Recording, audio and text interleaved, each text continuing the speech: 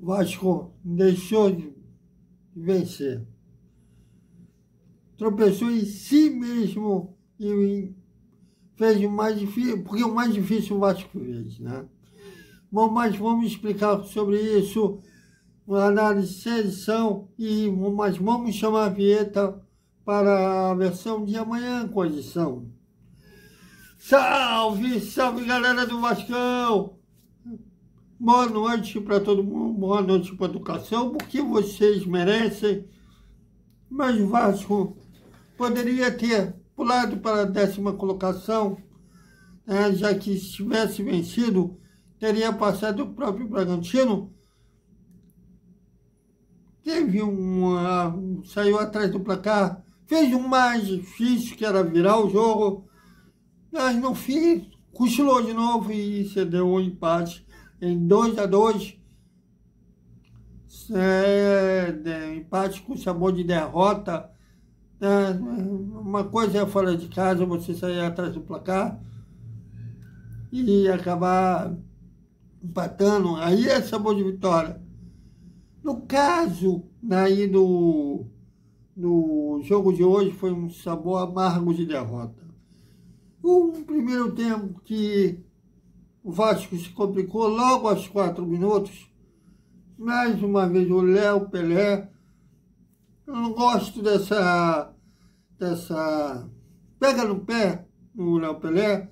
Tem umas vezes que ele jogou bem, mas a maioria deles tem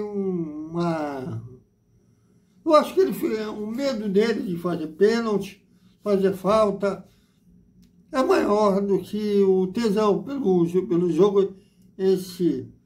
Ele fica muito longe dos zagueiros, como, por exemplo, o Júnior Baiano, outros zagueiros que cometiam pênalti para Chuchu, mas chega a botar na seleção brasileira, que eram uns zagueiros que brincavam com o serviço, davam chute, bicão, caravam os seus atacantes adversários sem medo.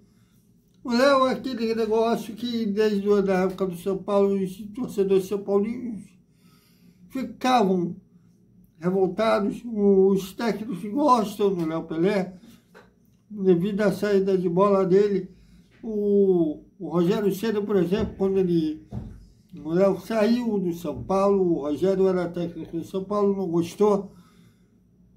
Mas ele tem esse defeito grave, sério, e ninguém consegue corrigir, ninguém consegue chamar ele, falar que ele precisa melhorar nesse quesito, a distância social e outras cochiladas que ele dá. Léo, me ajude a te ajudar, cara. E novamente ele oscilou, ficou esperando a bola sair, né, para a linha de fundo, que seria tiro de meta para o Vasco. Não sei o que aconteceu, deu um pânico no cérebro dele. Era simplesmente dar um toquinho para o escanteio, que a probabilidade de sair gol é menor. Ele cochilou, ficou parado, olhando para a bola. O Ligeirinho cruzou, né, deu um toque de rasteiro, cruzamento rasteiro. O Léo Jardim também é outro que nem cruzamento rasteiro ele sai do gol.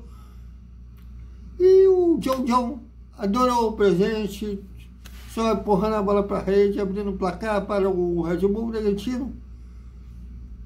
E nisso ficou um primeiro tempo muito obrigado no meio de campo, muito trucado no meio de campo.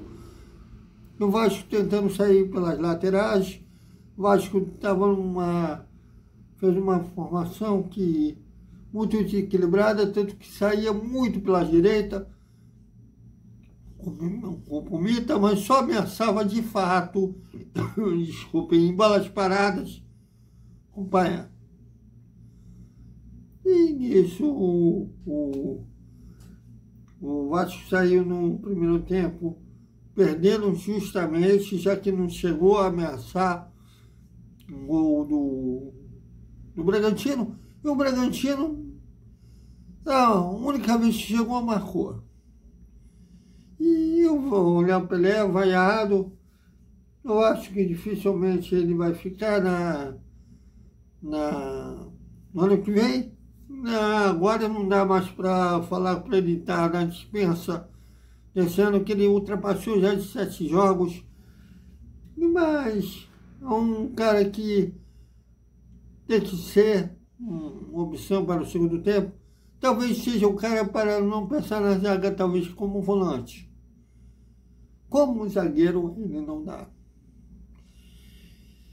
Ele sendo vaiado, mas tem que também, para não dizer que eu só critiquei o Léo Pelé, ele tem um psicológico forte que ter saído xingado, né, vaiado, toda vez que ele tocava na bola ali era vaiado. Aí voltou mirando no segundo tempo como assim, o time do Vasco com a alteração que o Rafael Paiva fez, tirou o Souza. O Souza não estava pronto ainda para ser titular no time do Vasco, e botou o Vaé, o time melhorou, né? O GB não ficou com aquela dupla função de sair para o jogo e ir aí, ao mesmo tempo tem que estar na área pequena área do adversário para finalizar. E melhorou o jogo JBGB. E também o time começou a variar entre os lados. E numa dessas o Leandrinho, que entrou no segundo tempo, cruzou pela esquerda e o GB marcou seu primeiro gol como profissional. E o Vasco cresceu após o gol. E não era questão de tempo para a virada acontecer, e aconteceu lá pelos 20 e pouco do segundo tempo, e um golaço, até uma jogada bonita, que o Vaé tocou de primeira e o Adson também chutou de primeira, virou no jogo. Faltou o que o Vasco credenciar a bola no campo de ataque. Eu sempre falo isso, quando o Vasco mantém a vantagem, é para tocar a bola no campo de ataque, e o adversário fica nervoso, vai abrir espaço, aí pode matar o jogo, fazendo o terceiro, o quarto gol. E começou a tentar administrar esse 2-1, mas de forma desproporcional. O lado direito deixava muito espaço. Nesses que eles chegaram ao empate, já no fim, o Vasco deu bola na trave, travessão, não conseguiu sacramentar a vitória. E como diria o Muricy Ramalho, a bola pune. E foi punido de uma ar de crueldade, já nos acréscimos, com o cruzamento do Lincoln. Teve um espaço enorme dele olhar, dominar, olhar para a área sem ser comandado e cruzar, e o Marquinhos de cabeça empatar.